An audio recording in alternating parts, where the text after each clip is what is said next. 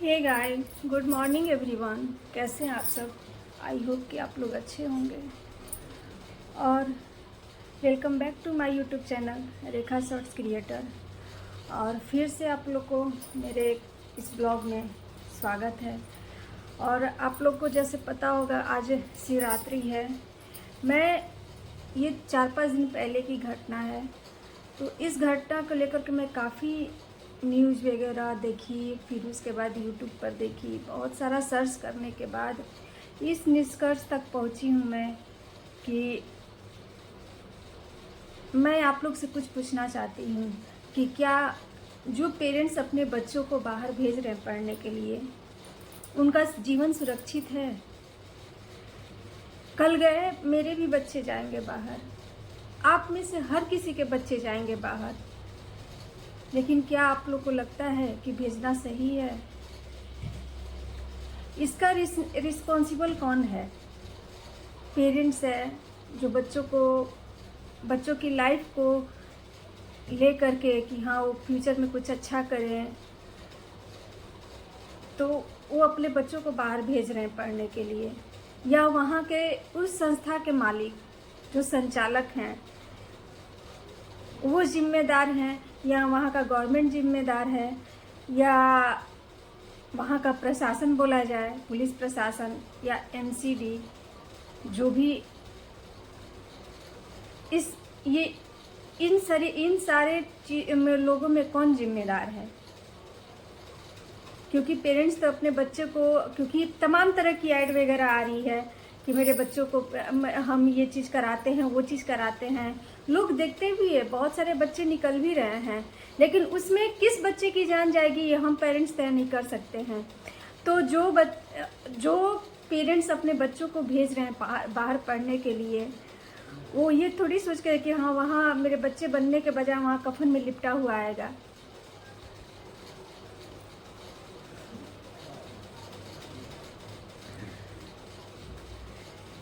Sorry, माफ़ कीजिएगा, मैं थोड़ा सा इमोशनल हो जा रही हूँ, क्योंकि हर पेरेंट्स के साथ ये प्रॉब्लम देखने आने वाले फ्यूचर में आएगी ही आएगी। तो मैं बातों को आगे नहीं बढ़ाते हुए मैं इस टॉपिक पे बात करना चाहती हूँ कि जो आप लोग को 3-4 दिन से पता ही चल गया होगा, दिल्ली में जो घटना घटी है, आईएएस कोचिंग सेंटर वाले जिसमें 3 बच्चों की जानें चली गई है बेसमेंट में। तो इस वजह से मैं सोची कि इस पर एक ब्लॉग बनाना ज़रूरी है, हर पेरेंट्स के पास मेरी बातों को जाए, ताकि उन लोग को लगे कि हाँ से ये क्या उचित है और क्या अनुचित है। ये इन सारी बातों पे विचार करके वो अपने बच्चों को बाहर भेजे पढ़ने के लिए।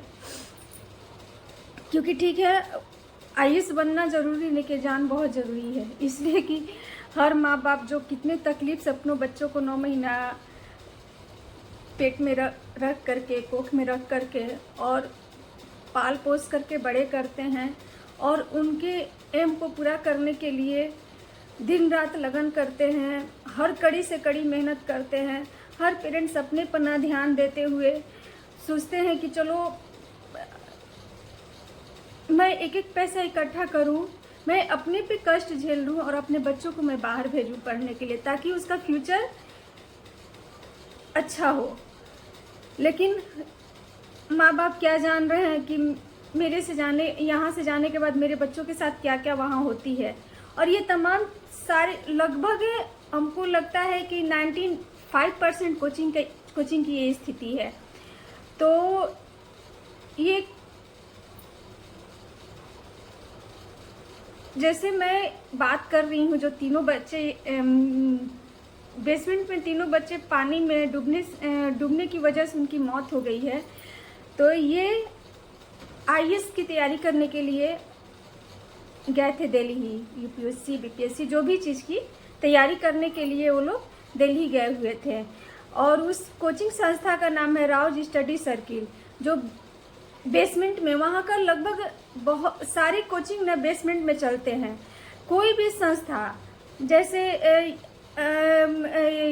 क्या ऑफिस वगैरह भी बेसमेंट में लोग चलाते हैं। क्या ये बेसमेंट में चलाना सही है? क्योंकि बेसमेंट सामान रखने के लिए होता है, ना कि कोचिंग वहाँ पे आदमियों को रखने के लिए होता है। तो ये चीज़, ये घटना 27 जुलाई की शाम की है, लेकिन इस पे किसी का ध्यान नहीं गया। 29 जुलाई को कोई राष्ट्रीय प्रवासी मंच का दिल्ली हाई कोर्ट में अपना याचिका दायर की इस मामले की पुष्टि के लिए कि हाँ, स्वतंत्र और निष्पक्ष तरीके से जांच की जाए, जांच करने की मांग की। तो तब इस पे फिर भी कोई कार्रवाई नहीं हुई, लोग शांत थे। जब वहाँ के बच्चे इस पर एक्शन लेना स्टार्ट किए, क्योंकि जो भी कोचिंग में पढ़ रहे थे वो बच्चे जब इस धरना प्रदर्शन करने लगे, ये करने लगे, तब सारे लोग एक्टिव होकर के और इस न वहाँ गए और न इंक्वायरी के लिए, इन्वेस्टमेंट के लिए कि हाँ क्या सही है क्या गलत है। तो वहाँ सारे बच्चे, वो पानी भर गया था बेसमेंट में। बहुत सारे ऐसे तो 3 ही लोग को बताया जा रहा, हो सकता है और उसमें अधिक हो, लेकिन 3 लोग जो है, 3 लोगों की जो मौत हुई है वो एक, उसमें 2 लड़की और 1 लड़का था, जो कि यूपी, बिहार और केरल के थे। तो जो यूपी की रहने वाली हैं, उनका नाम, वो दूध बेचने वाली, उस बाप पे क्या बीतती होगी जो दूध बेच करके और एक एक पैसा इकट्ठा करके, बहुत महंगे हो गए हैं, शिक्षा और चिकित्सा दोनों बहुत महंगे हो गए हैं। आम पेरेंट्स के बस की बात नहीं है। अगर लोग कम कमाने वाले हो तो वो तो अपने बच्चों को बाहर भेजे ही ना, क्योंकि इतना महंगाई हो गया है शिक्षा में कि इसका कोई हिसाब किताब है। एक IAS की कोचिंग के लिए लोग 3 लाख फी ले रहे हैं, 2.5 से 3 लाख फी ले रहे हैं, और उसके बाद रहने का खर्चा। तो आप समझ ही सकते दिल्ली कितनी महंगी शहर है, सिटी है। तो वहाँ उसके बाद इतने सारे, तो वो दूध बेचने वाला जो बाप है, वो अपनी बेटी को, जिसका नाम, वो यूपी के अंबेडकर नगर की रहने वाली हैं और जिसका नाम था तान्या सोनी, वो श्रेया यादव, वो यूपी की रहने वाली हैं। तो उनके पिताजी का दूध बेचने का कारोबार था और वो बेचारा दूध बेच करके अपनी बेटी को भेजे थे पढ़ने के लिए। लेकिन उनके साथ क्या हुआ ये आप लोग देख ही सकते हैं। फिर उसके बाद बिहार की जो रहने वाली थी, वो औरंगाबाद जिले की, मैं भी एक बिहार की रहने वाली हूँ, और वो भी जो बिहार की जो तान्या सोनी गई हुई थी, वो भी बिहार की रहने वाली औरंगाबाद जिले की थी। और जो केरल का लड़का था ना, नोवेल डेविड नाम था उसका, उसके भी, हालांकि ये औरंगाबाद की जो रहने वाली थी, उनके पापा आंध्र प्रदेश हैदराबाद में जॉब करते थे और इंजीनियर थे, लेकिन फिर भी हर कोई तिनका जोड़ करके अपने बच्चों को भविष्य के बारे में सोचता है और पढ़ाने के लिए इधर उधर भेजता है। लेकिन क्या ये सही है भेजना?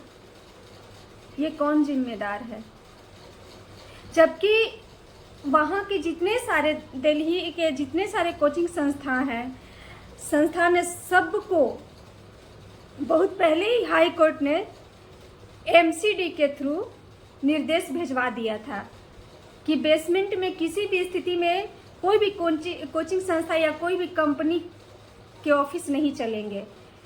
फिर भी आदेश के विरुद्ध जा करके खुलेआम कोचिंग सेंटर वाला वहाँ पे कोचिंग चला रहे थे, जिसकी वजह से ये भयानक दर्दनाक घटना घटी। इसका जिम्मेदार कौन है? हमको आप लोग बताइए, इसका जिम्मेदार कौन है? दिल्ली सरकार है, MCD है, फायर डिपार्टमेंट के लोग हैं, या दिल्ली पुलिस है? हमको बताइए। ये केवल वो 3 बच्चों के माँ बाप के कहा ये नहीं है, ये सारे जितने सारे हैं, मुझे लगता है कि शायद कम से कम पूरा देश भर में, पूरा वर्ल्ड में मिलाकर के 58,000 से अधिक को 58 करोड़ के ऊपर ही कोचिंग का कारोबार हो रहा है। लगभग मैं बता रही हूँ, जिसमें 7,000 कोचिंग संस्था है।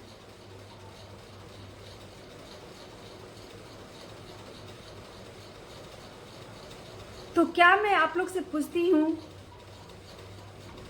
कि इसका जिम्मेदार कौन है, या जो कोचिंग के संचालक है वो है, मेन तो वही है। उसके अलावा कौन कौन है, तो दिल्ली पुलिस है, एमसीडी है, फिर उसके बाद ये दिल्ली सरकार है। गवर्नमेंट का भी है रिस्पॉन्सिबिलिटी।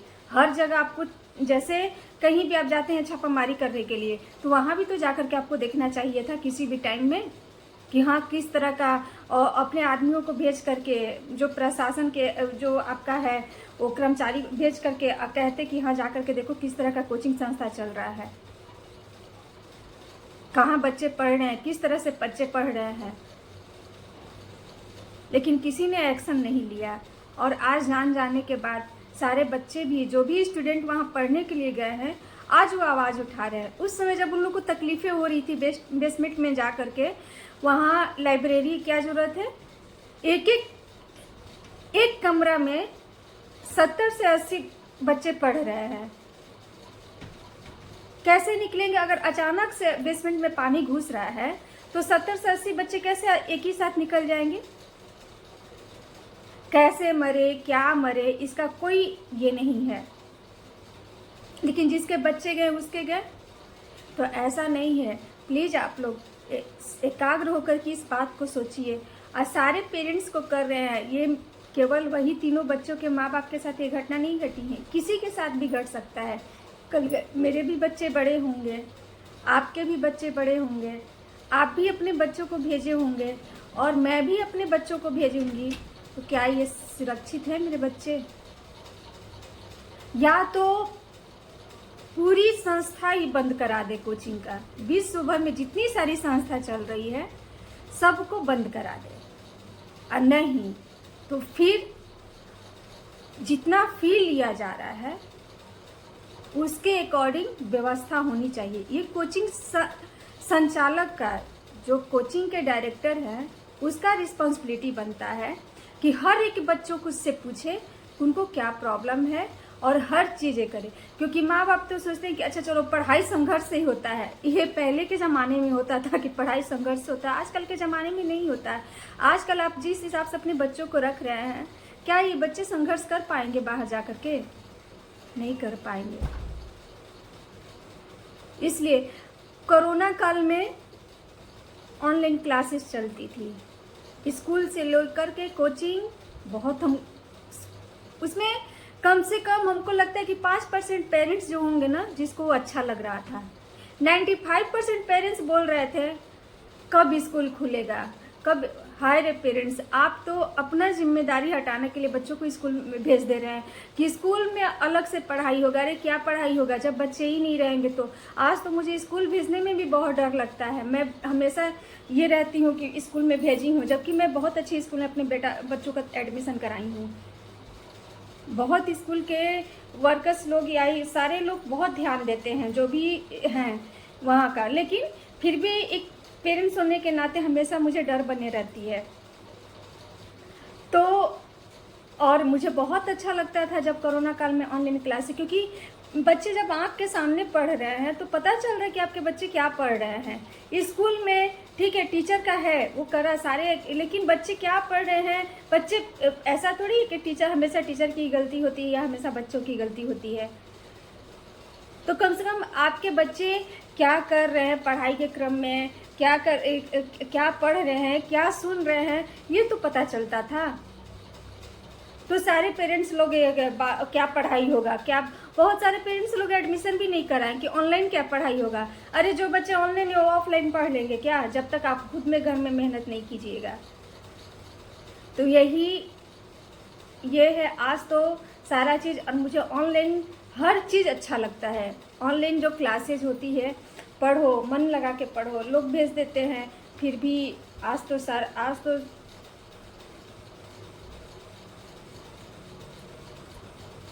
कितनी परेशानियां बढ़ गई है, देख करके मन इतना घबरा रहा है कि मैं क्या ही बोलूँ, मैं क्या, मेरे में तो हिम्मत नहीं है कि मैं अपने बच्चों को कहीं भेजूँगी। अगर कोई बीमारी से अगर हो जाता है कोई चीज़ तो ये रहता है, ना कोई बीमारी ना कोई अचानक। हम यहाँ पे पेरेंट्स माइंड सेट किए हैं कि बच्चों को भेजे हैं पढ़ने के लिए, इतना पैसा देना है, तो एक तो बेचारा अलग ही जूझ रहे हैं हर चीज़ को लेकर के कि इतना फ़ी जमा करना है, ये करना है, मंथली देना है, ऐसे करना है, वैसे करना है। वो अलग ही उनका माइंड में बैठा हुआ है कि ऐसे करना, अपने बच्चों के लिए भेजना है, और वहाँ से अचानक आ रहा है उनकी मौत की खबर। उस पेरेंट्स पे क्या बीती होगी? है कोई जवाब? किसी के पास जवाब नहीं है। और रही बात मुआवजे की, तो मुआवजा तो बहुत कम है, बहुत कम। यहाँ हर कोचिंग पे उंगली उठ रहा है। ये जो एक्सीडेंट हुआ है उससे जितने सारे छोटे बड़े जो भी कोचिंग संस्था है, सब पर ये सवाल उठ रहा है। हर पेरेंट्स से सोचने पे मजबूर हो जाएंगे कि क्या यहाँ भेजना सही है। और इस घटना, जो ये घटना हुई है, वो हर जगह, दिल्ली से लेकर के पटना से लेकर के आरा, सारे कोचिंग संस्था प्रभावित हुए हैं इस चीज से। पटना में भी बहुत सारे तमाम तरह की बातें उठ रही जो बड़े बड़े कोचिंग संस्थान हैं। दिल्ली में भी हो रही है। आप लोग तो न्यूज़ में देख ही रहे होंगे, नाम तो रखना मैं उचित नहीं समझती हूँ, लेकिन बहुत बड़े बड़े लोग जो कोचिंग के डायरेक्टर हैं, बहुत बड़े बड़े लोगों का ये है कि हाँ से मतलब है, सब पे सब लोग शक के दायरे में आए हैं। तो इसका जिम्मेदार कौन है? आप लोग तो पैसा कमा कमा करके, ये शिक्षा और चिकित्सा दोनों जो है वो एक आय का स्रोत बन गया है। लोग हॉस्पिटल भी खोल रहे हैं, चाहे पढ़ने के लिए बच्चों को भी भेज रहे हैं, तो वो लोग सोच रहे हैं कि कम पैसे में बच्चों को सुविधा दे दिया जाए और सारे पैसे रख लिया जाए। तो जो माँ बाप आपको 2 लाख फी दे रहे हैं, किस चीज का फी दे रहे हैं? 2 लाख रुपए, 3 लाख रुपए किस चीज का फी दे रहे हैं? 2 से 3 लाख रुपए मरने के लिए, उधर से उनके बच्चे कफन में लिपटा हुआ है उसके लिए, ये बताइए। तो उसके अकॉर्डिंग आपको व्यवस्था करनी चाहिए कि नहीं करनी चाहिए? किसी ने कहा, बहुत अच्छा लगा मुझे, पटना के ही एक कोचिंग के डायरेक्टर हैं, वो बहुत मतलब 2 दशक वो पार कर चुके हैं। उनके कोचिंग से बहुत बच्चे बन के चले गए हैं, बड़े बड़े ऑफिसर, बड़े बड़े देश विदेश हर जगह पहुंच गए हैं। उन्होंने बहुत एक अच्छी बात बोली कि कोचिंग को लोग क्लाइंट, जैसे एडमिशन कराने के लिए बच्चे आ रहे हैं ना, तो उसको क्लाइंट नाम दिया जा रहा है, स्टूडेंट नहीं बोला जा रहा है। यानी वो क्लाइंट से पैसे ले रहे हैं, स्टूडेंट से बच्चे उनके फ्यूचर को बनाने के लिए पैसे नहीं, वो स्टूडेंट को अपना क्लाइंट मान लिए कि पैसा वाला मशीन है, इसको हम सुविधा दे या ना दे और वो पैसा हमको दे दे, फिर उसके बाद वो एडमिशन करा ले, फिर वो पढ़े या ना पढ़े। अब तो 2 लाख गया, और बच्चे भी कि मेरा 2 लाख से 3 लाख रुपया जमा हो गया है, मैं किसी भी तरह से हमको रह करके पैसा हमको सधाना है। माइंड सेट हो पढ़ने लिखने में, आप पढ़ाई अच्छा हो या ना हो, लेकिन बच्चे माइंड में बैठा लेते हैं कि इसे नहीं, हमको ना मतलब मेरे पैसे इतने लगे, मुझे पढ़ना है। घर से भी पेरेंट्स लोग फ़ोन करते हैं, आज पेरेंट्स लोग इतना एक्टिव होकर के फ़ोन करके बुला रहे, नहीं मेरे बच्चे आ जाए, नहीं मेरे बच्चे आ जाए। अगर हर पेरेंट्स पहले से ही इतना एक्टिव रहते तो आज ये नौबत नहीं आती।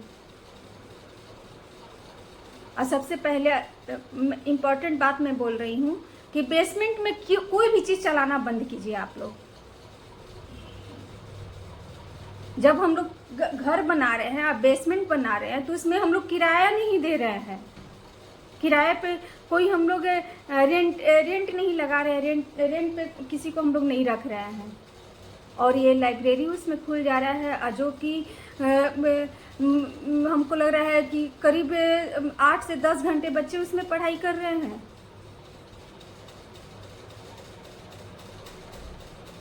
और मुआवजा देकर के आप क्या कि उनके बेटों को वापस कर दीजिएगा या बेटी को वापस कर दीजिएगा। बच्चे तो उनके वापस नहीं कर सकते हैं, हाँ बिल्कुल, लेकिन देना चाहिए। अगर करोड़ रुपया को डिमांड किए हैं तो कोई अधिक डिमांड नहीं किए हैं उनके जान के आगे। जो उनके बच्चों की जान चली गई, एक माँ बाप ही समझ सकते हैं। और आप लोग इस पे सोचने समझने के बजाय आप लोग भागे चल रहे हैं।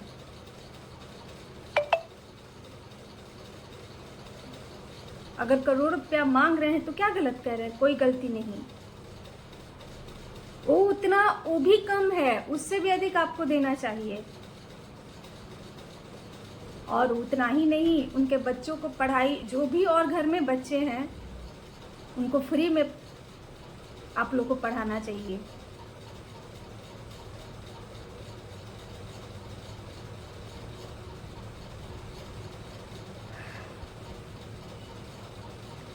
मैं क्या बोलूँ, मैं तो एकदम परेशान। जो ये होता है ना, मैं 2-3 दिन से ये न्यूज़ सुनी, मेरा मन अजीब हो रहा, लेकिन मेरे पास टाइम नहीं था ना, तो आज मैं सोची कि चलो इस पर वीडियो बना, थोड़ा सा मैं ब्लॉग बनाऊं, देखूं और मेरी बात कहाँ तक जा रही है, कैसे जा रही है, लोग उसको कितना अपने अंदर रख रहे हैं, अब माइंड में घुसा रहे हैं मेरी बातों को। क्योंकि मैं एकदम टूटी फूटी बातों से मैं इस बात को समझाई हूँ हर पेरेंट्स को कि आप लोग ऑनलाइन करवाइए, ऑफलाइन करवाने का चक्कर में मत पड़िए। मुझे तो ऑनलाइन बहुत अच्छा लगता है पढ़ाई। इतने सारे नोट्स वगैरह सारा चीज़ एनसीईआरटी का सारा चीज़ है। आप हर चीज़ डाउनलोड कीजिए ना, देखिए तुरंत आ जा रहा है आपको। उसके लिए आपको बाहर जाने की क्या ज़रूरत है। और हर चीज़ का ऑनलाइन, इतना अच्छा ऑनलाइन क्लास चल रहा है, उसी से आप लोग पढ़िए ना। जान से तो अच्छा है ना कि घर में रह करके तैयारी करें। और हाँ, ये भी मैं कहूँगी कि थोड़ा सा सिलेबस को ये कीजिए, हार्ड मत कीजिए, सिंपल तरीके से, ताकि जो घर भी बैठे हैं, घर बैठे जो तैयारी कर रहे हैं उनके लिए भी आसान हो। मैं ये आग्रह करूँगी जो भी शिक्षा ये है, इसलिए कि लोगों को, बहुत सारे बच्चे हैं जिनको नहीं, जो थोड़ा सा ये पढ़े हुए हैं नीचे से।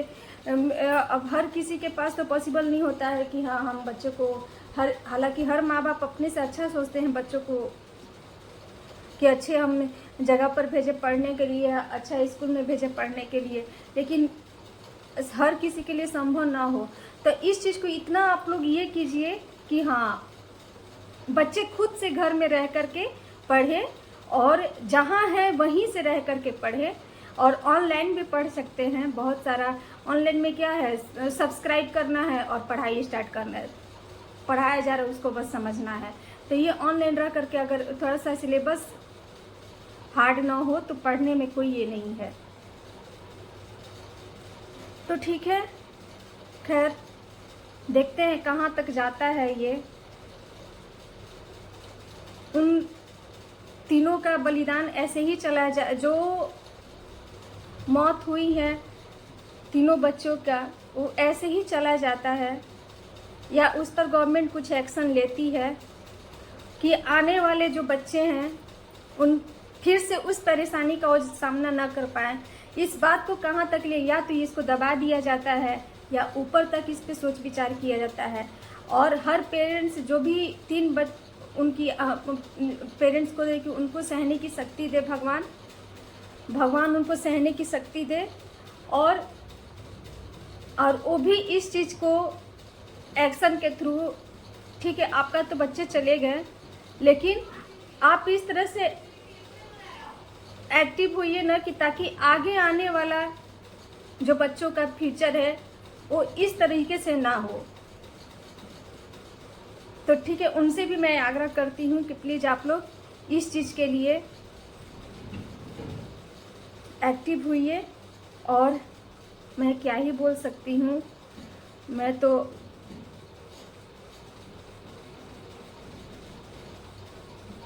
एक और घटना 6 महीना पहले घटी थी।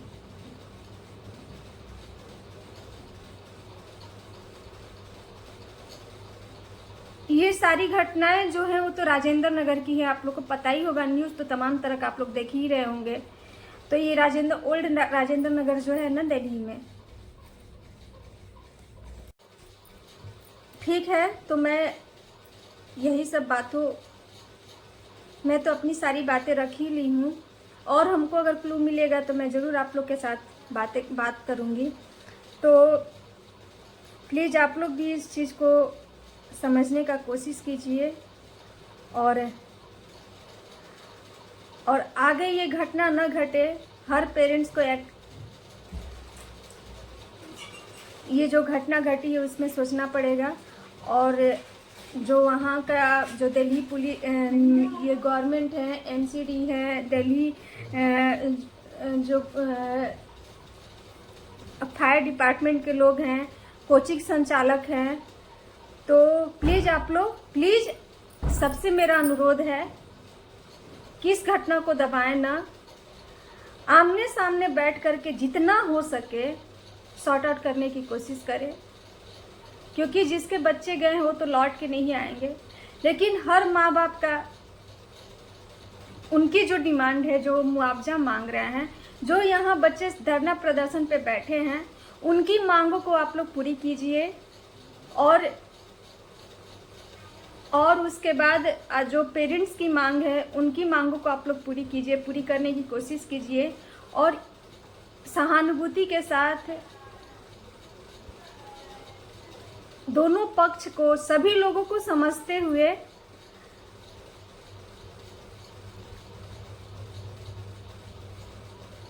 एक निर्णय लीजिए आप लोग, मेरा यही कहने का मतलब है। और मैं कुछ नहीं बोल सकती हूँ कि जिसका जो गया वो लौट के आएगा नहीं। और इस पर तो हर पेरेंट्स थोड़ा सा ये हैं, दुखी हैं।